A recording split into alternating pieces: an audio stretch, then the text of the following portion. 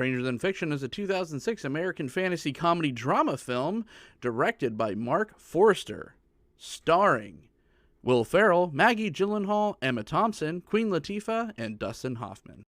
I don't know how to kill Harold Crick. This is a story about a man named Harold Crick. Harold lived a life of solitude. He would walk home alone. He would eat alone. When others' minds would fantasize about their upcoming day,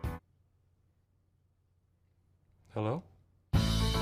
Harold just counted brush strokes. All right, who just said Harold just counted brush strokes? Dave, I'm being followed. How are you being followed? You're not moving. It's by a woman's voice. She's narrating. Oh. Harold couldn't concentrate on his work. I can't think while you're talking. You have a voice speaking to you. About me, accurately, and with a better vocabulary. Harold found himself exasperated, Shut up! cursing the heavens in futility. No, I'm not. I'm cursing you, you stupid voice, so shut up and leave me alone! I figured out how to kill Harold Crick.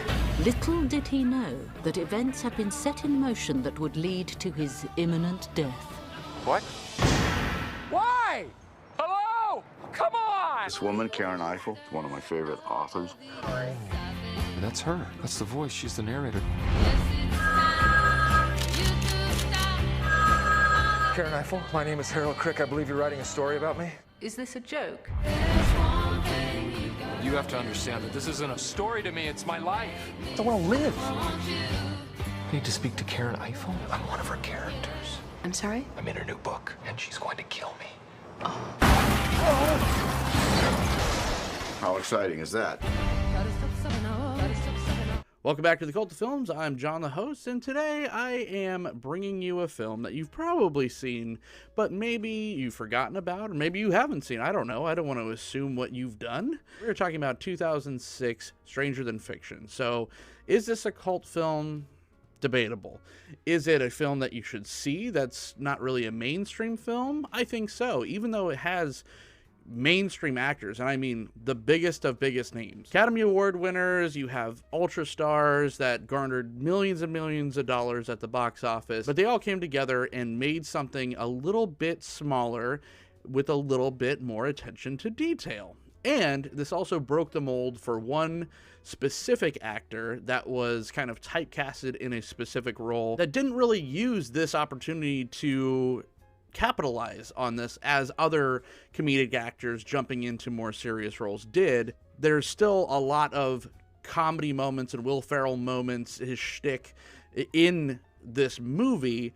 This is more of his like Truman Show, where Truman Show was one of the first Jim Carrey movies where he was pushing the envelope as a dramatic actor, but they still had moments where Jim Carrey would do the Jim Carrey bit. And that's kind of the same thing that's going on in Stranger Than Fiction. Will Ferrell wouldn't attempt another serious role like this until 4 years later in 2010's Everything Must Go. Ever since then, he's kind of stuck to that cheesy family movies, like the ones he did with Mark Wahlberg, or just other very forgettable studio comedies. So why am I talking about Stranger Than Fiction? Because I kind of just wanted an excuse to talk about director Mark Forster, and he is a very polarizing filmmaker. He has done very tiny projects like Stay, which also had a massive cast, all the way up to James Bond films. I feel like Mark Forster is like entry level into, you know, visual storytelling, and I would definitely recommend the movie Stay, which has Ryan Gosling and Naomi Watts and Ewan McGregor, all, like I said, a huge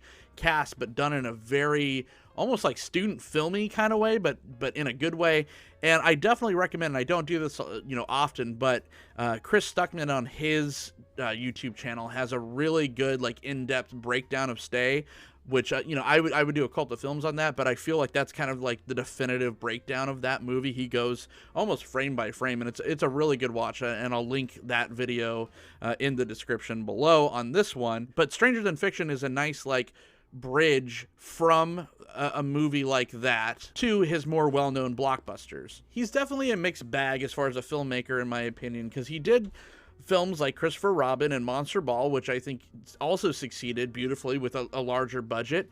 But then he also did World War Z and Machine Gun Preacher and Quantum of Solace, like I said, the James Bond movies, which were just like total duds.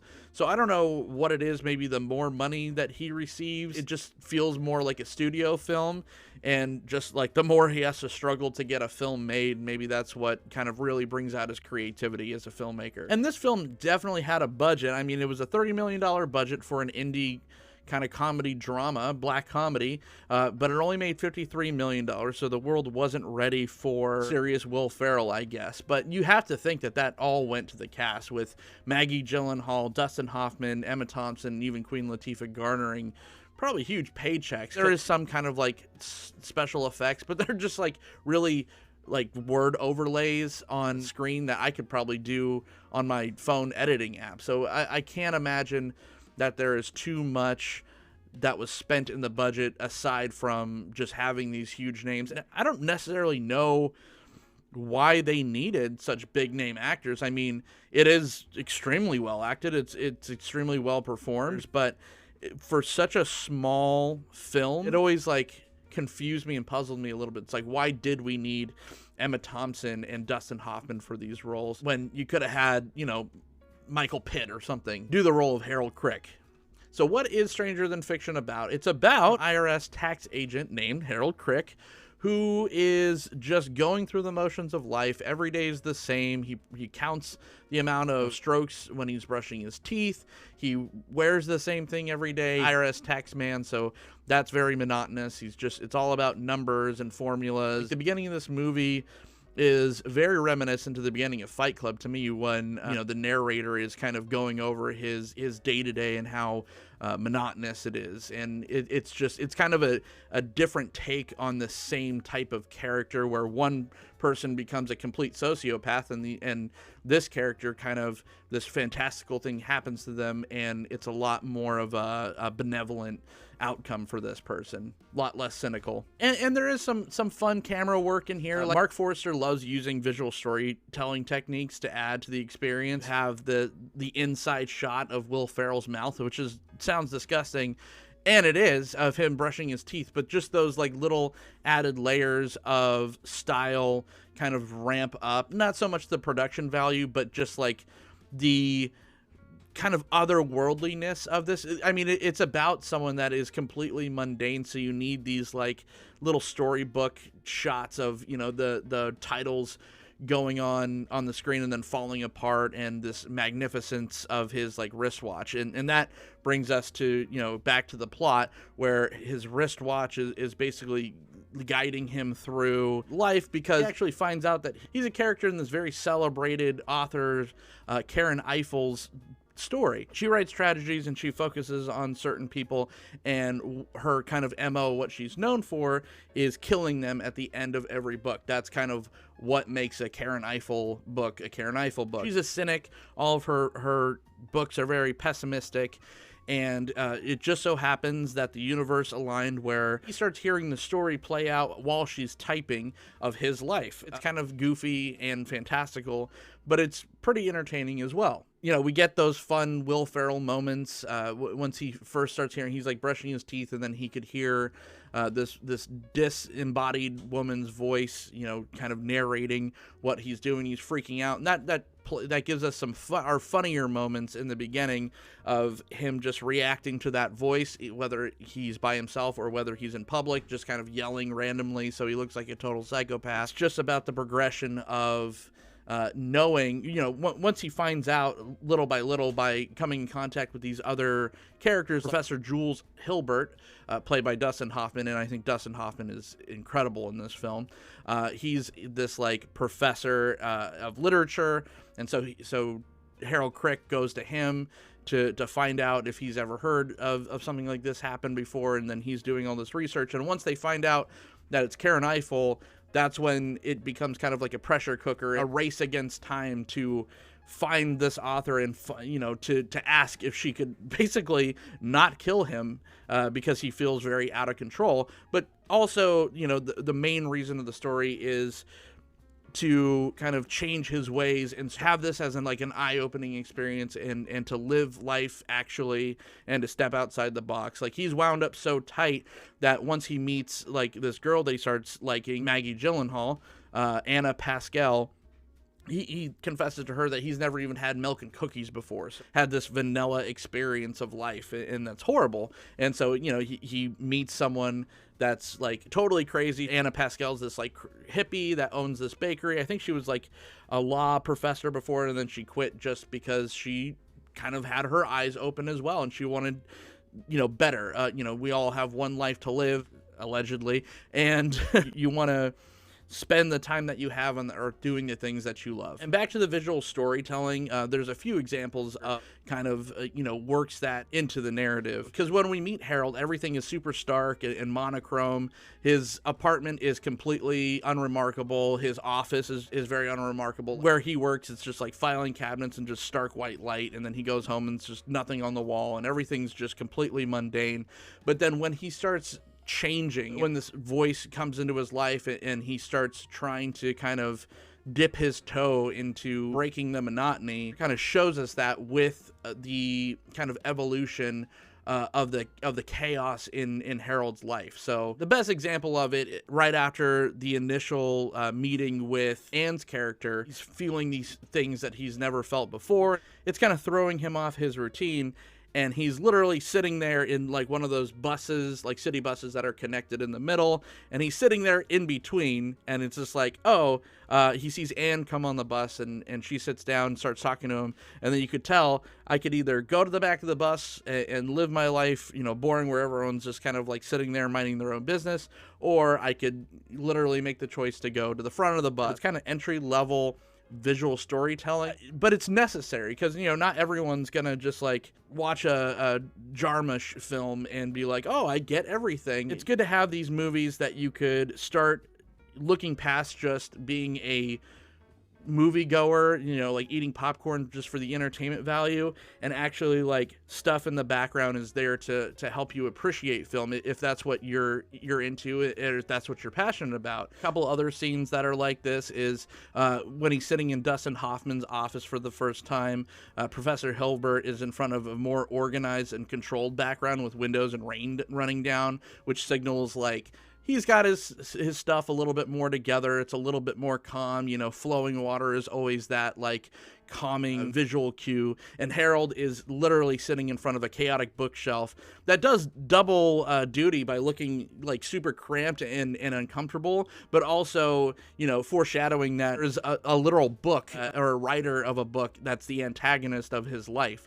His apartment, as I said before, it's almost like a prison cell in contrast to Anne's that has like super deep earth tones and colors that are just more associated with baking goods. Like you could look at Anne's apartment and you could smell like that it's just lived in. Like it has just like blankets everywhere, and it's probably just more like homey.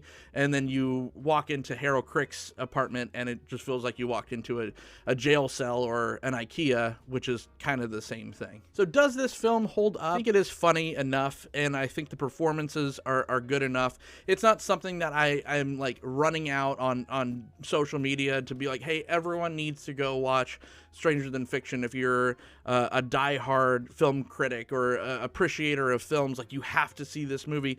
That's not the case, but I think I would recommend it for people that are looking to take that next step into appreciating films, like Marvel movies, or there's like movies that you just go to for the pure reason of entertainment. And I'm not saying that those movies are bad. There's a place and time for everything. I quite enjoy, you know, the MCU. I'm not going there for the filmmaking experience. I'm going there to be entertained. But this movie is that nice medium, which is just like, you know, I really love movies, and I really kind of want to, you know, dip my toe into appreciating film a little bit more, a little bit deeper. This is that nice bridge gap in between, you know, this and like an Aronofsky. This isn't a Lynchian film by any stretch of the imagination, but it's the first step to maybe getting there. So that is my quick thoughts on Stranger Than Fiction from 2006 from Mark Forster. I would say definitely check this one out. If you're a fan of seeing actors playing against their type, if you're ever curious if Will Ferrell could do a more serious role, he does one here, which is funny because Emma Thompson is kind of more known for a more serious actress, but she puts in a really good, dry, comedic performance here. So there's that nice juxtaposition of typecasting in this movie. And same thing with Dustin Hoffman just kind of plays a Dustin Hoffman role, but it's great. I don't think I've seen a bad Dustin Hoffman role. So check this one out, and check out Stay. If you could find Stay, I think Stay might be streaming on Netflix for free. Stranger Than Fiction is as well, at least at the time of this recording. That one, if you're on board for this one, go check out Stay, because that's a mess. That film is a complete mess, but there's a lot of fun things about it. And while you're at it, check out Chris Stuckmann's kind of breakdown of Stay, because like I said, that is the definitive breakdown of that movie. I would love to talk about it more here, but there's nothing more that I could add or like pick out that he didn't already dissect. So it's definitely a good watch for the movie and the review that he did. If you like this, please hit the thumbs up button. Tell everyone that we're talking about films. You can follow me on Twitter at John the Host. You could also follow this very show at The Cult of Films. Thank you so much for joining me, and I will see you next time.